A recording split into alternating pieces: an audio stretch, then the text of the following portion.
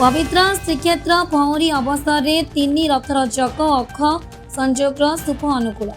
पवित्र श्रीक्षेत्र भौरी अवसर में तीन रथर 6टी नाहक चक सह 3टी अख संजोग शुभ अनुकूल कर श्रीमंदिर पूजा पंडा सामंतों द्वारा आज्ञामाल अणाजिबा परे विश्वकर्मा और भोई सेवकों सहायता यही चक अख संजोग कार्य संपादन करा जायतिला।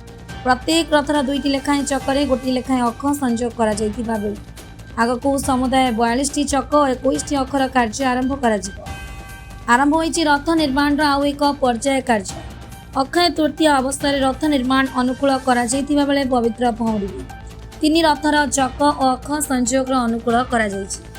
परंपरा अनुसार भौरी अवसर श्रीमंदिर में सकाळ धूप शेष होगा पर पूजा पंडा सेवक मैंने तीन रथ पर आज्ञामाल आनी रथ खड़े पहुंची थे। विश्वकर्मा महाराणा माने निर्माण करिथिबा प्रत्येक रथर 2टी लेखाएं चक सह अखर संजोग करथिले भोई सेवक। श्रीमंदिर मुख्य प्रशासक अरविंद पाढ़ी, पुरी जिलापाल दिव्यज्योति परिडा, एसपी प्रतीक सिंह, एडीजी सोमेन्द्र प्रियदर्शी उपस्थित अनुकूल कार्य बेस सुरुखुरुरे संपन्न होइतिला। महाप्रभुଙ୍କ रथ निर्माण और विश्व प्रसिद्ध घोषयात्रा चलित वर्ष भक्तों गण में श्रृंखलित भाव होगा नहीं महाप्रभुଙ୍କ पाखरे सभ्य प्रार्थना करिछि। Puri Balram Tripathi report Odisha today.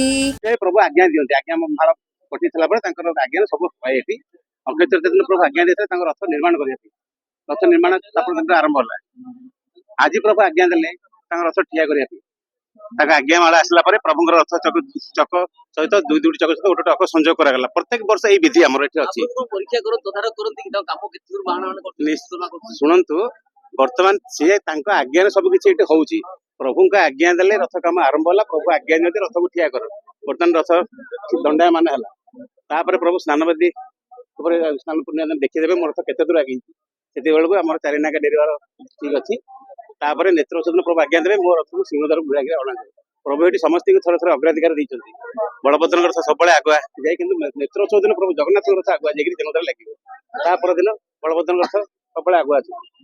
मां प्रधान तो ये लक्ष्मी ठाकुराणी ये जाय नंदीघोष रथ भांगिबे तापर दिन प्रभु आज्ञा देबे जे मोर रथ बुलेइ दे आमे बाहुड़ा यात्रा करिवा सेते बेले मां सुभद्राଙ୍କ रथ आगुआ दक्षिण बुढ़ा एठी कहार पात्र अंतर प्रभु करनांती।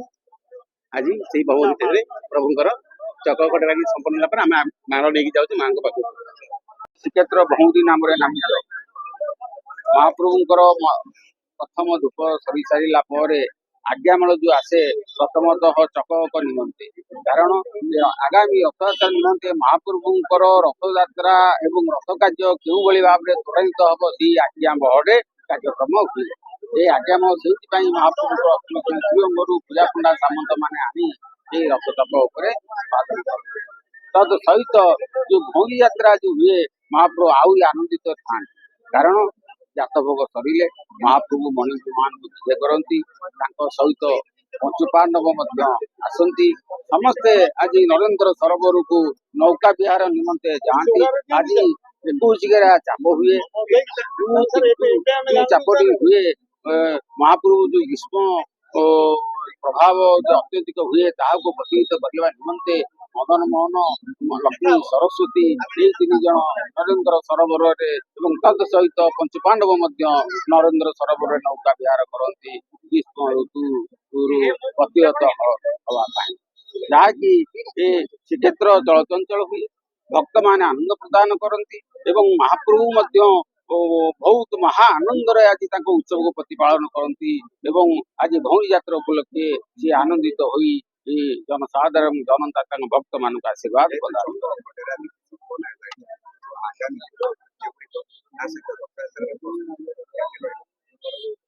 सब है आज करुणाकर महाप्रभु इच्छा जोटा कि नीति निघंट आज आप देखिले जे भौरी यात्रा नीति एकदम त्वरित अच्छी जहाँकि सकाल धूप सरिकी आज्ञामाल सागे सागे आसी भोगमंडप कार्यक्रम करा कि वर्तमान नीति निघंट अनुजाई नीति कार्यक्रम चली आगामी दिन ये चलिए आशा विश्वास आ सबकि प्रभु कार्यक्रम करवा आमर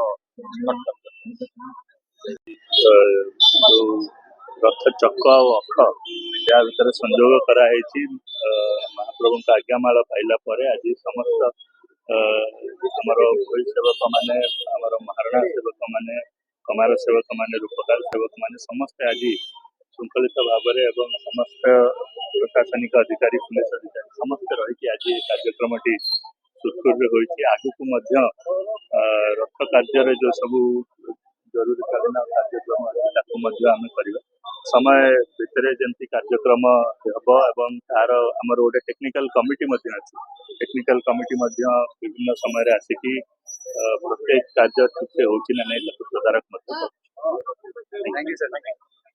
ଆପଣଙ୍କର କୃପାରେ ସବୁ କାମ ଏପର୍ଯ୍ୟନ୍ତ ସବୁ ଭଲ ଭାବରେ ଚାଲିଛି। ଆଉ ଆପଣଙ୍କର କୃପାରେ ଆଗେ ବି ଆମେ ଯାହା ଆମର ଭାଇମାନେ ଅଛନ୍ତି ସେମାନେ ଯୋଉ ହିସାବରେ ଯାଉଛନ୍ତି ରଥ ନିର୍ମାଣ କାମ ଭଲରେ ଚାଲିଛି। ଆପଣଙ୍କ ଗୋଟେ ନୂଆ ଅନୁଭୂତି ଆପଣଙ୍କ ଗୋଟେ ନୂଆ ରଥଯାତ୍ରା ଏବଂ ମହାପ୍ରଭୁ ଆଶୀର୍ବାଦ ନେଲେ ନିଶ୍ଚିତ ଭାବେ ମନେ ଥିବ ଏ ସୁରୁଖୁରୁରେ କେମିତି ମହାପ୍ରଭୁ ଯାତ୍ରା ସମ୍ପାଦନ କରାଯିବ ସେ ବିଷୟରେ ଅବଶ୍ୟ ନୂଆ ଅନୁଭୂତି ଅଛି। ସବୁ ଯେତେ ବି ନିର୍ମାଣ କାର୍ଯ୍ୟ ଚାଲିଛି ମହାପ୍ରଭୁଙ୍କର ଯାତ୍ରା ପାଇଁ ଯାହା ପ୍ରସ୍ତୁତି ହଉଛି ଦେଖିକି ବହୁତ ଆନନ୍ଦ ଲାଗୁଛି। ନିଜକୁ ଗୋଟେ ଶ୍ରଦ୍ଧାଳୁ ଭାବରେ ଗୋଟେ ସେବକ ଭାବରେ ମଧ୍ୟ ନିଜକୁ ବହୁତ ଧନ୍ୟ ଆମେ ମନେ କରୁଛୁ। ଆଉ କାମରେ ଆମେ ଆମର ସେବା ଯୋଗାଇ ପାରୁଛୁ। ଆମେ ମିଶିକି ଦେଖିପାରୁଛୁ ସେଟା ବହୁତ ଖୁସି ଲାଗୁଛି। ପ୍ରଭୁଙ୍କ କୃପାରେ ସବୁ ଠିକଠାକ ଚାଲିଛି। ଅନ୍ତିମ ଦିବସ ସେଥିପାଇଁ କେମିତି ପ୍ରସ୍ତୁତି କାରଣ ପ୍ରବଳ ଶ୍ରଦ୍ଧାଳୁଙ୍କର ସମାଗମ ଆଜି ଗୌରୀ ଯାତ୍ରା ଅଛି ଆଉ ବାହାର ଚନ୍ଦନ ଯାତ୍ରାର ଶେଷ ଦିନ ଯାହା କହୁଥାଉ ବହୁତ ଲୋକଙ୍କର ଆଗମନ ହୁଏ ଆଉ ସମସ୍ତେ ଆସିକି ଏଠି ଚନ୍ଦନ ଚାପ ଦେଖିବେ।